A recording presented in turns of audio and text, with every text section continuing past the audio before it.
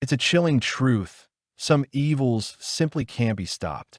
For these predators, nothing is sacred, and anyone can become the next victim of robbery, sexual assault, or a brutal massacre driven by nothing more than pure, unadulterated rage. On the evening of January 15th, 1984, the Bennett family of Aurora, Colorado, USA, were preparing to celebrate the birthday of Melissa, Bruce's eldest daughter. She was turning 7 years old. Her parents were 27-year-old Bruce and 26-year-old Deborah. The couple had two children.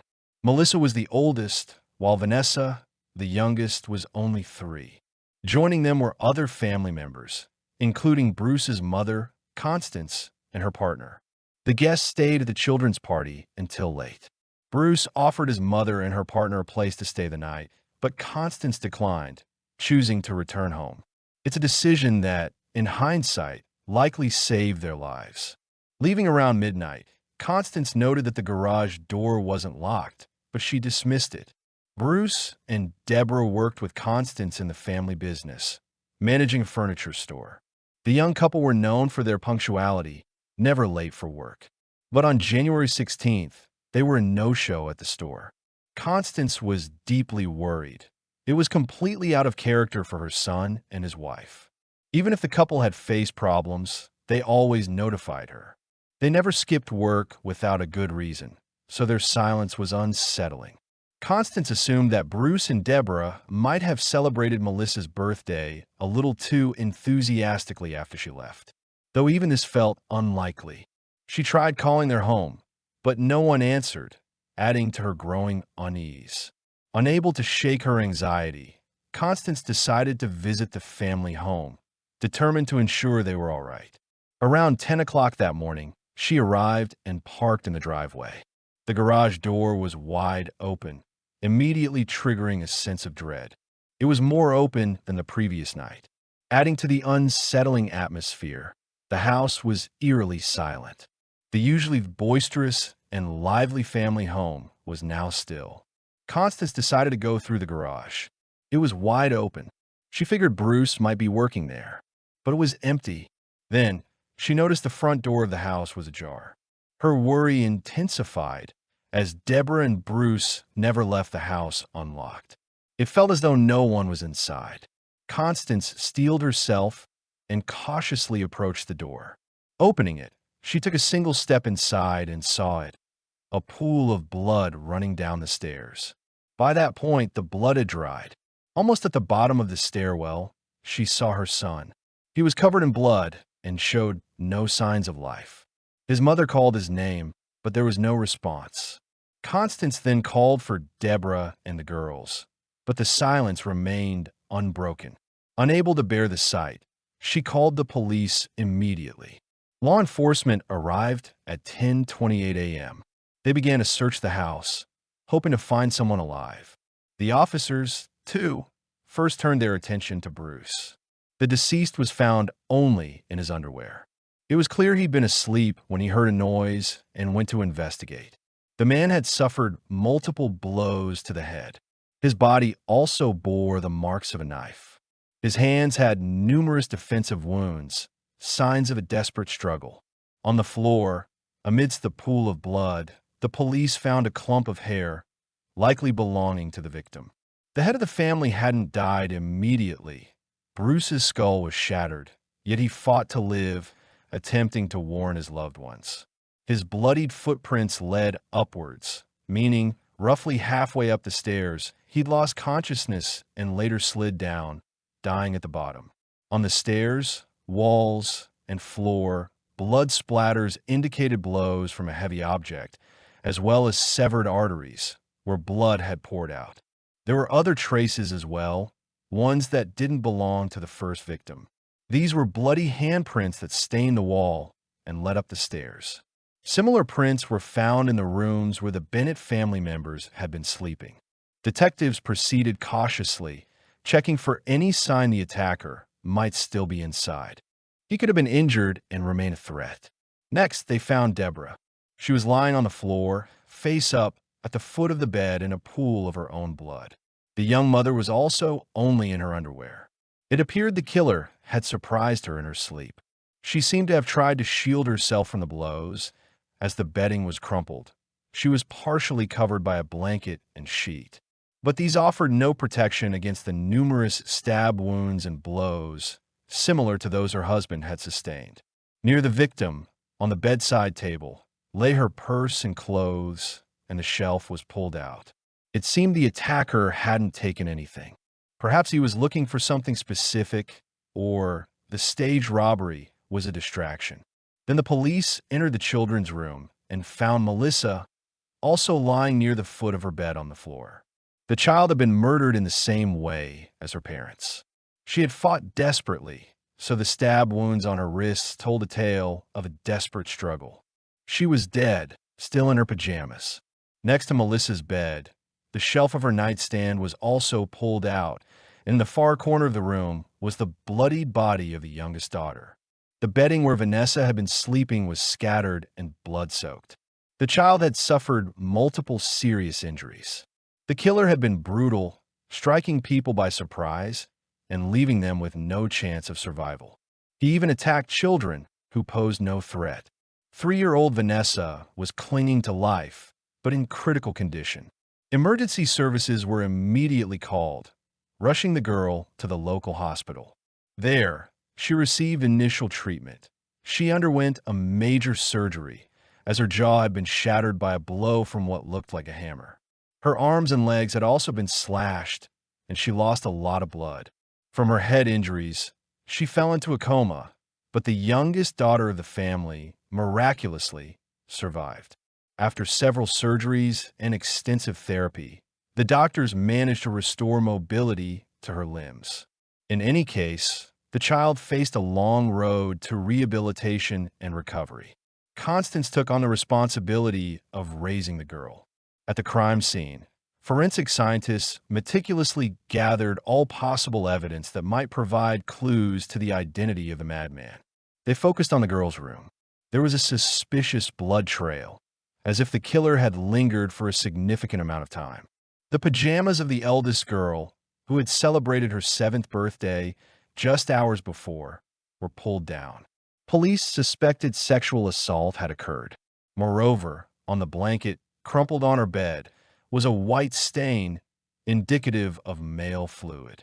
After a thorough examination of the crime scene, investigators reconstructed the horrifying attack.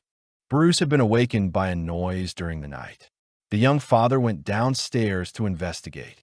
As he descended the stairs from the 2nd floor, rustling sounds came from the garage and kitchen. The head of the family called out to his children by name, assuming one of them might be awake and looking for a snack. But then, from below, the silhouette of a stranger appeared. Bruce realized it was an intruder. He tried to warn his family, but the unknown person lunged at him, striking him on the head. The young father couldn't see who he was or what he was struck with. In the next second, a black shadow approached the disoriented man and slit his throat. He could no longer cry out. His family would never know what was happening. The head of the Bennett family was left on the stairs, bleeding to death. His life was being measured in seconds. Meanwhile, the villain went up to the 2nd floor, heading straight for the bedroom of Bruce's wife, Deborah. She was the next target. She was the only other adult in the house who could have resisted the sadist. Sadly, Deborah realized the danger too late. The attacker pounced and began to beat her. After several blows to the head, Deborah lost consciousness. The attacker inflicted several fatal stab wounds. With 2 adults dead, only the young children were left. The criminal showed no sign of stopping. He entered the girl's room and attacked Melissa. He beat the child until she stopped resisting, and then, as with his previous victims, he stabbed her multiple times. Vanessa faced the same fate. The killer beat her and finished his brutal work with stab wounds. With the bloody massacre complete, he left, leaving behind 4 bodies. Only 1 girl survived. The police discovered suspicious clues in and around the garage. Deborah's purse was there, its contents scattered. It was difficult to tell if anything was missing, not knowing what was inside, but the killer had clearly rummaged through it. A few feet away, a large meat cleaver was found. It turned out to have been taken from the family's kitchen set. It was likely the noise of the attacker taking it that had alerted Bruce, and he had tried to intervene, becoming the first victim. By this point, detectives already knew the massacre had been carried out with multiple weapons. It was even possible there were two perpetrators, each using their own weapon. The knife had been found outside. Forensic analysis confirmed it was used in the attacks. The second weapon was a blunt instrument, similar to a hammer. Later, detectives confirmed it was a hammer by finding a mark on the wall.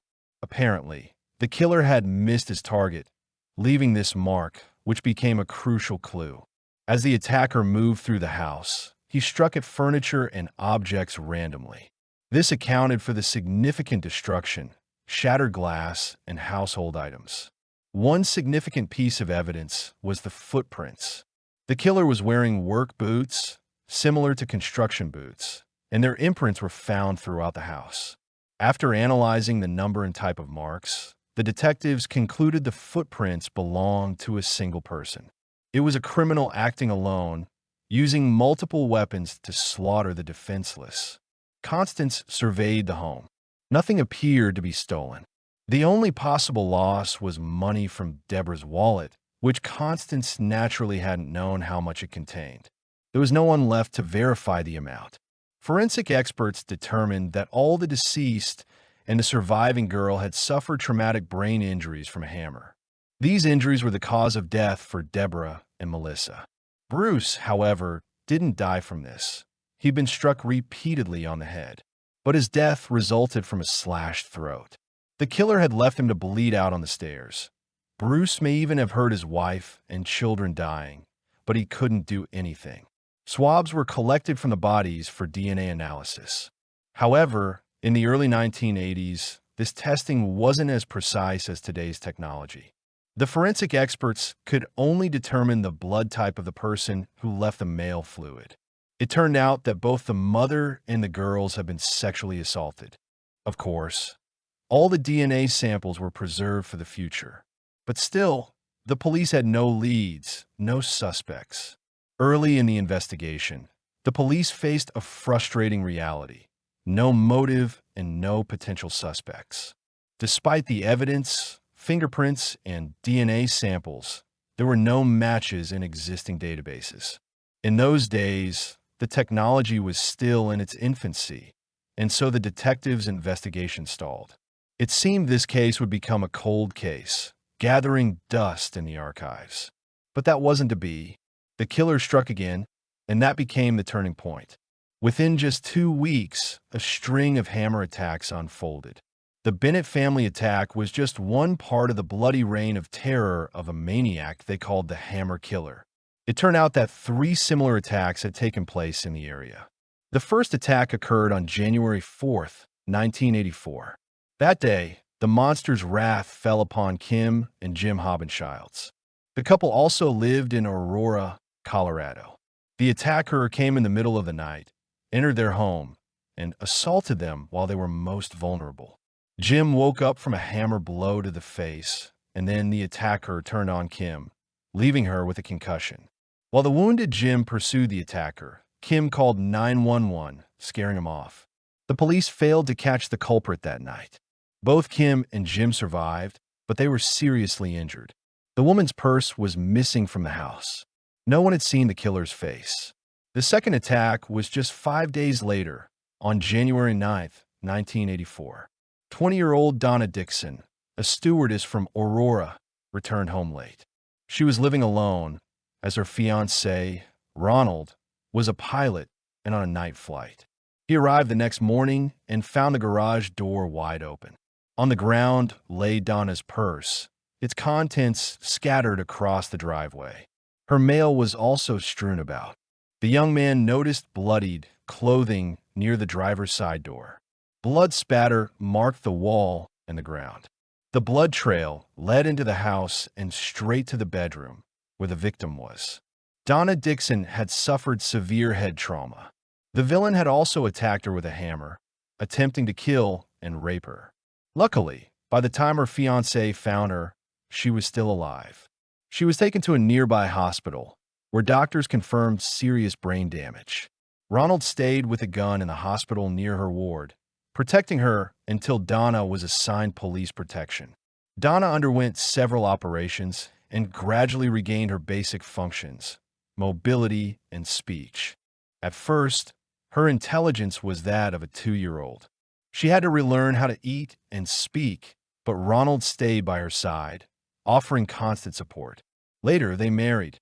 Donna eventually regained a full life, but the physical and mental effects of the attack would remain. She never regained her memories of that bloody night, and so couldn't help catch the maniac who was terrorizing the area. The serial killer was still thirsty for blood, so on January 10th, the day after the attack on Donna, he struck for the third time. This time, Patricia Smith, a resident of Lakewood, Colorado, became the target. The maniac inflicted multiple blows to her head with a blunt instrument, leaving no chance of survival. The 50-year-old woman had moved to the area shortly before. Her daughter was raising 2 children and was a single mother. Patricia had relocated to help with her grandchildren, unaware her days were numbered. Patricia was found in her home, beaten to death with a hammer. As before, the killer had entered through the wide-open garage door. He'd inflicted multiple blows to her head, leaving no chance of survival, and he sexually assaulted her. According to forensic experts, she was attacked between 1 p.m. and 3 p.m. This attack took place when Patricia returned from work for her lunch break. The killer's methods were consistent, except for one crucial detail. This time, the attack took place during the day. A large amount of the attacker's DNA was also found. Despite the daytime attack, which was unusual, the other aspects of the crime mirrored the previous bloody crimes. Unfortunately, the police still had no solid leads. The one thing that seemed certain was that the attacker lived near his victims. Then came the Bennett family attack, where 3 people were murdered. The detectives were again at a loss. The investigation stalled. Meanwhile, public outrage grew with each passing hour. Local residents understood they were facing a dangerous criminal who was randomly attacking people. He was terrorizing the community and clearly wasn't going to stop. Everyone was at risk and no one could sleep soundly. On January 24th, 1984, FBI agents joined the investigation to review all the evidence, create a psychological profile of the killer, and solve the crimes that had instilled so much fear. After analyzing all the incidents, they concluded that the same person was responsible. The profiler believed the criminal was a young man, possibly with a history of burglaries, judging by how he entered the homes. The FBI estimated the attacker was around 20 years old. It was likely he was supporting a drug habit through his crimes. Moreover, a crucial detail emerged during the study. The crimes were all committed near a local construction site. The shoe prints found at the scenes resembled construction boots. It was highly probable that the maniac was a construction worker who worked at different sites near the crime locations. The police department tried to establish a task force for these attacks, but the case took an unexpected turn. Early on the morning of January 27th, in the small town of Kingman, Arizona, Roy Williams woke up in his bed to excruciating pain in his head. He saw a stranger who was literally trying to bash his head in. Despite the circumstances, the victim kept his composure. Roy even spoke to his attacker, which surprised him, giving Roy a crucial advantage. Roy asked why he was doing it, but the man didn't reply and fled, leaving his work unfinished. Unlike the other victims, Roy miraculously avoided serious injuries that would have hindered his ability to identify the attacker. Furthermore, he studied and remembered the villain perfectly. He called 911, and he was rushed to the hospital with broken ribs and a traumatic brain injury. It took over 100 stitches to repair his head and face, but Roy was the luckiest of the victims. The police reacted quickly. Patrol officers searched for suspicious individuals immediately after the attack, while the trail was still fresh. A few hours later, one officer had a break. He noticed a disheveled and nervous young man near the scene of the attack. He was fidgeting, trying to hitchhike. The officer approached, but the stranger ran and hid in the bushes. He was apprehended. The shoes found in the latest victim's home matched the footprints collected from other crime scenes. The shoes of the suspect were examined. There was a perfect match. The soles were stained with blood. Roy also identified him. The man was Alex Ewing, a former construction worker who had indeed worked on the construction site. He had a criminal history that belied his young age. The FBI profiler accurately assessed his age. He was 20. The profiler had been right about his profession and experience with burglaries, having previously been involved in numerous theft cases. Alex Ewing was immediately charged with the attempted murder of Roy Williams and first-degree robbery. Evidence was being gathered for the other attacks. He was sent to the Mojave County Jail, awaiting his trial. However, the facility was overcrowded, so he was moved to the Utah State Penitentiary. He was to remain there until his trial, scheduled for August 9, 1984. Then, he was to be moved back to Arizona with other inmates. The maniac was transported in a specially equipped van. During the 5-hour trip, the convoy reached Henderson, Nevada. The vehicle had to stop to refuel. The prisoners were allowed out to use the restroom. As the guards paid for the gas, they were momentarily distracted. That's when Alex Ewing seized his opportunity and escaped. His disappearance was quickly noticed, and a search began. The guards requested assistance from the Henderson Police Department. A massive search was launched for the escapee. Around 10 p.m., the police received 2 reports of a suspicious man wandering through a residential area. The description matched Alex. He was possibly planning another attack. The killer was considered highly dangerous. He had nothing to lose. The police rushed to search the area. An hour and a half after the first report, 24-year-old Nancy Berry called the police. She and her family had been attacked by an unknown person with an axe. She had woken up in the middle of the night to the sound of her youngest child crying. She went to the kitchen to make a bottle of milk. That's when she was attacked by Alex. She tried to escape. Her husband ran to help, taking several blows with the axe. Then the criminal escaped. No one died. Nancy suffered a broken arm. The children weren't hurt, but her husband suffered a severe traumatic brain injury, though he survived. The only reason Nancy survived was because she had the presence of mind to pretend to be dead. After searching the home, the police confirmed that the modus operandi matched. The axe, the weapon of the attack, was found on the kitchen floor. Sadly, Alex was still on the run. The police were unable to catch him again. Over the next 3 days, all city patrols tried to locate him, but he was gone. It seemed as if he had vanished into thin air. Finally, on the 4th day, a woman contacted the police regarding suspicious calls in the Lake Mead area. The caller was a young man, claiming to be hiding from the authorities and asking for help. He was attempting to gain sympathy from the woman. Fortunately, she kept her composure, gained the maniac's trust, and contacted the police. Patrol officers went to the address and found Ewing hiding in an abandoned building. When he realized he'd been discovered, he opened fire on the officers with a weapon stolen from the last victim's home. Fortunately, he missed, and he was apprehended. The series of bloody crimes was over. The suspect was charged with the attack on Roy, escape from custody, 2 counts of burglary, and the attempted murder of Nancy and her husband. The other episodes were still under investigation. The prosecution presented all the evidence. The jury deliberated and returned a guilty verdict, sentencing Ewing to 110 years in prison. In 1989, the Aurora police were still working on the Bennett case, where 3 people had been murdered. Detectives gathered and analyzed the DNA evidence. Unfortunately, the technology of the time didn't allow for definitive answers. To prove the male fluid found on Melissa's blanket, they had to wait. Not until 2001, thanks to new technology, was the full DNA profile extracted. However, at this point, it had to be matched to the perpetrators. Sadly, he was in another state, Nevada, which didn't extradite criminals or share information, which presented complications. The DNA profile was only definitively matched to the suspect in 2016 when the law changed. It took another 2 years for the genetic material to be added to the database. By this time, the Cody's database was up and running, which confirmed his involvement in the murder of Patricia Smith.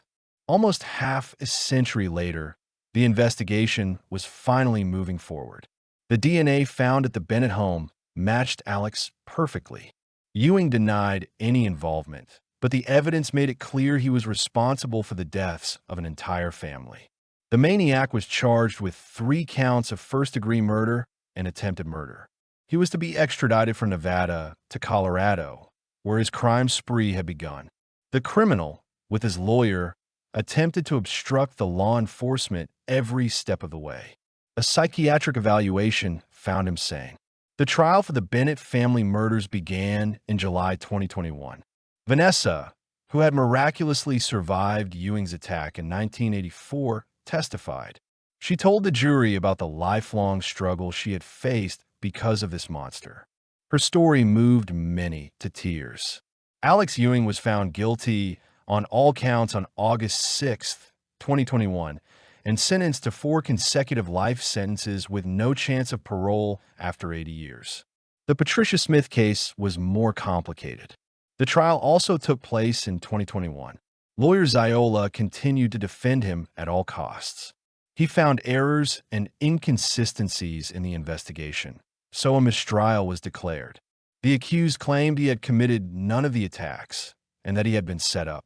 The retrial in 2022 in the Patricia Smith case resulted in a guilty verdict for first-degree murder and rape. For this crime, Alex also received a life sentence. He remains incarcerated at the Colorado Territorial Correctional Facility in Cannon City. The other cases where Alex Ewing was a suspect remain unsolved due to a lack of evidence or the statute of limitations. Investigators are confident that he committed them, given his presence in the area at the time and the similarities in the crimes. Perhaps, one day, he will be charged for these crimes. But one thing is certain, Alex Ewing will never be free again. Despite her miraculous survival, Vanessa lost not only her family, but also herself. Throughout her life, she has suffered from the psychological and physical traumas, including PTSD, ADHD, and bipolar disorder. She has suffered from partial paralysis on the left side, memory problems. At one point, she battled addiction and thoughts of suicide, but she managed to overcome these challenges. She's now 42 years old and lives in Arizona with her second husband. She dreams of writing a book to help others who have faced similar struggles. As she has said, after the killer was finally punished, she finally found peace and some measure of relief. And that is the story. Please share your thoughts in the comments.